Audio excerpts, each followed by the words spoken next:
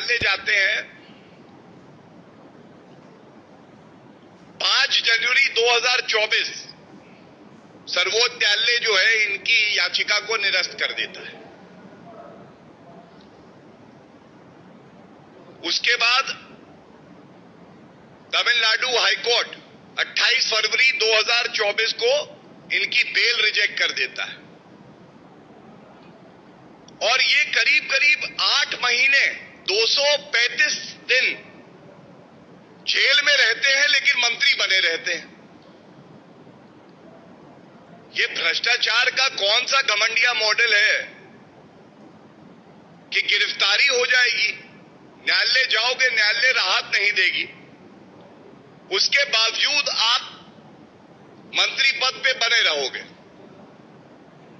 क्या ये मुख्यमंत्री स्टालिन की सहमति के बिना हो सकता है?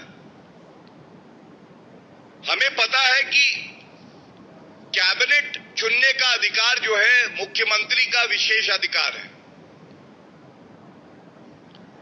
लेकिन जैसा मैंने आपको पहला उदाहरण दिया, गिरफ्तारी होती है, सर्वोच्च न्यायालय से राहत नहीं मिलती है, तमिलनाडु हाईकोर्ट से बेल खारिज होती है। बेशर्मी देखिए, 8 महीने मंत्री बने रहते हैं और जब उच्च न्यायालय का आदेश आने वाला होता है उससे 1 या 2 दिन पहले ही इस्तीफा देते हैं। अब भ्रष्टाचार की बात हो और 2G स्कैम की बात ना हो, फिर से याद करना होगा कि कैसे जनता की गाड़ी कमाई। यूपीए की सरकार थी, नाम बदल लिया, अब इंडी अलायंस हो गया है। उसमें ए राजा तत्कालीन टेलीकॉम मिनिस्टर, ये आजादी के बाद सबसे बड़ा घोटाला था। फिर कोलगेट घोटाला आया, लेकिन 2G घोटाले में सर्वोच्च न्यायालय ने 122 लाइसेंस 2G स्पेक्ट्रम के रद्द किए। 122 लाइसेंस 2G स्पेक्ट्रम के रद्द किए। क्यों? देश के जो संसाधन हैं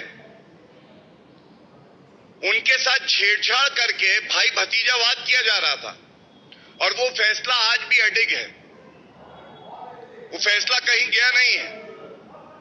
इसलिए अगर कांग्रेस पार्टी, डीएमके या तमाम इंडी घटक दल ये कहते हैं कि भाई कन्विक्शन का क्या हुआ है किसी एक व्यक्ति का, तो उनको पहले ये बताने की आवश्यकता है 122 लाइसेंस जो आपने दिए थे उस फैसले को सर्वोच्च न्यायालय ने रद्द किया था और भ्रष्टाचार के प्रमाण पाए थे। और उसके अलावा जो उच्च न्यायालय है वहां पे अपील पेंडिंग है और जो जांच एजेंसी है वो अपना काम कर रही है। हमें यकीन है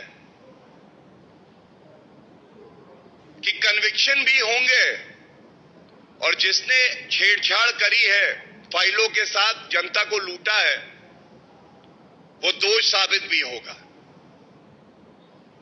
तीसरा घोटाला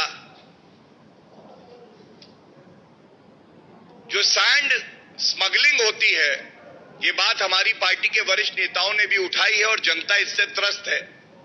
4600 करोड़ रुपए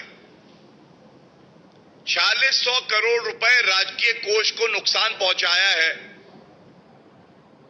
प्रदेश अध्यक्ष अन्नामलाई जी ने भी इस मुद्दे को बड़ी प्रखरता से उठाया है कि ये सांठगांठ है परिवारवाद की, भाई भतीजावाद की।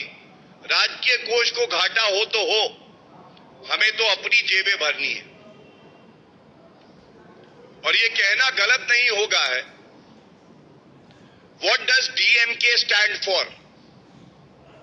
For the common man the DMK stands for D, deceit, M, malpractice, and K, there is a term called kleptomaniac.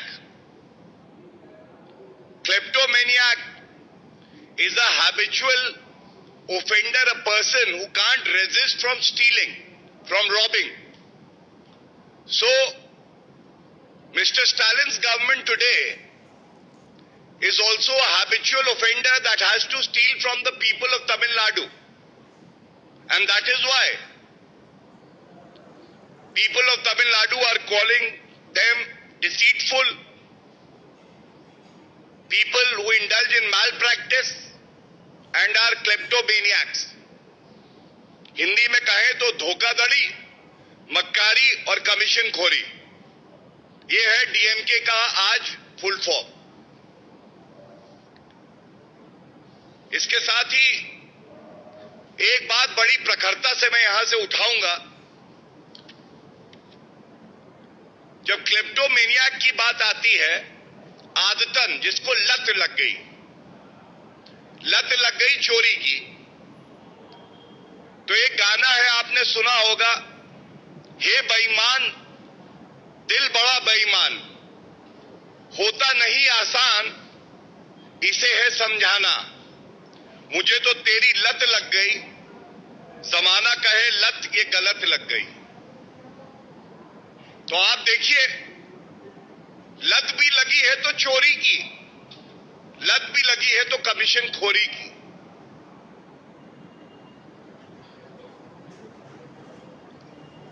There are two more points that I wish to raise from this platform. Under the leadership of Shri Narendra Modi ji, the NDA today has a vision for the country.